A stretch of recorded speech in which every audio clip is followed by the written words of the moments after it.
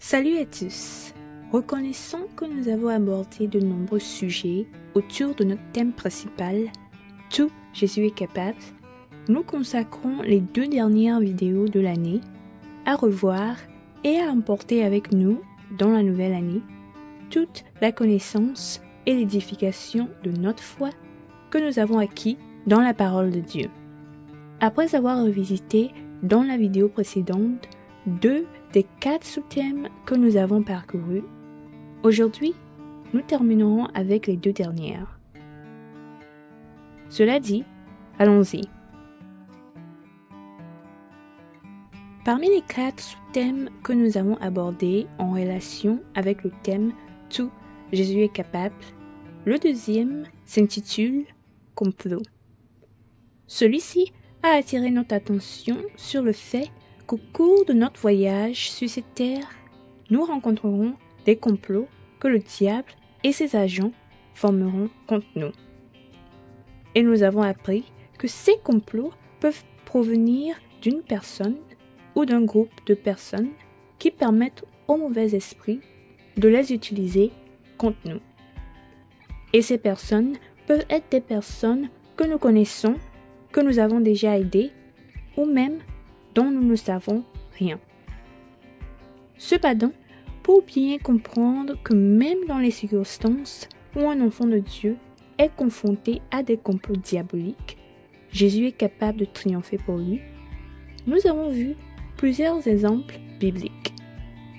Le complot contre Paul, le complot contre Jésus-Christ lui-même, le complot contre David et bien sûr le complot contre Néhémie.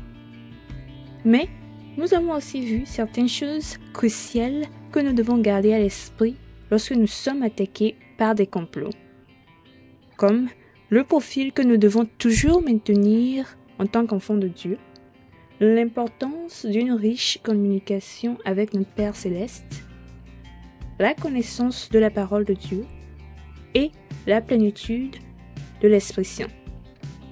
Et pour chaque sujet ou exemple que nous avons abordé, les traces d'un verset particulier se faisaient toujours ressentir. Ésaïe 54, verset 15, qui dit « Si l'on forme des complots, cela ne viendra pas de moi. Quiconque se liguera contre toi tombera sous ton pouvoir. » Car en effet, des complots et des comploteurs se présenteront sur votre chemin, mais tomberont sous la puissance du Christ qui est en vous. De là, nous voilà arrivés au tout premier sous-thème que nous avons appris. Des pièges. Ici, nous avons découvert l'objectif principal de Satan et de ses agents, qui est de s'assurer que les enfants de Dieu n'arrivent jamais au bout de leur voyage. Et pour ce faire, ils ont tendu plusieurs pièges sur nos routes. Certains de ces pièges que nous avons vus sont le piège de la nourriture, le piège de la présomption, le piège de la convoitise et le piège de la crainte des hommes. Nous avons vu différents exemples adaptés à chaque piège.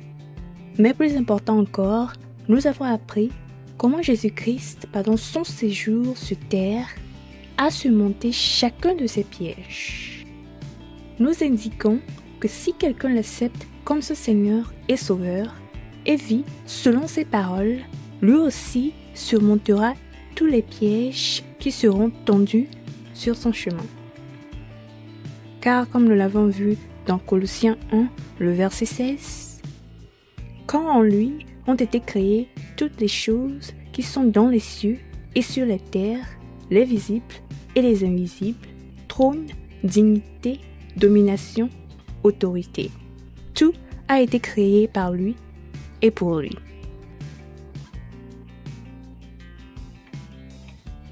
Bien-aimés en Christ, alors que vous vous préparez à entrer dans une nouvelle année, gardez profondément dans votre cœur et dans votre esprit que c'est de Christ, par Christ et pour Christ que sont toutes choses.